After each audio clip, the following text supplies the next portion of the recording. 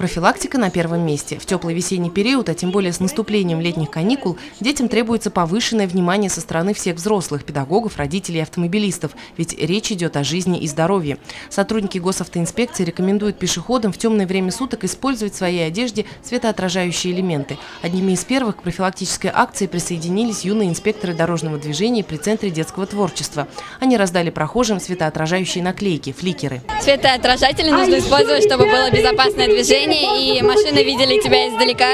А ты используешь? Да. Светоотражатель нужен для того, чтобы не сбил машину, ну как видела, чтобы хорошо было видно, чтобы не сбить и ходить как бы не переломанным.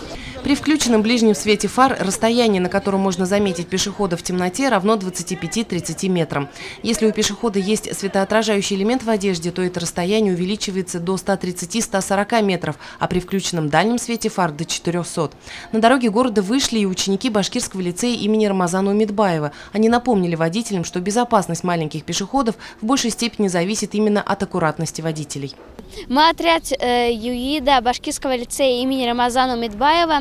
И с 4 по 10 мая по инициативе ООН проводится третья глобальная неделя безопасности, в рамках которого мы проводим акцию «Спасите детские жизни».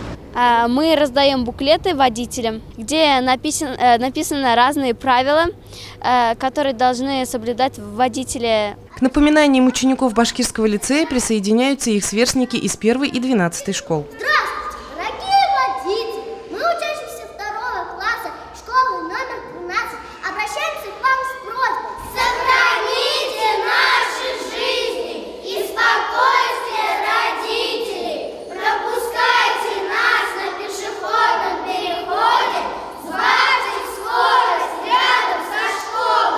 Уважаемый водитель, неужели так сложно соблюдать правила дорожного движения?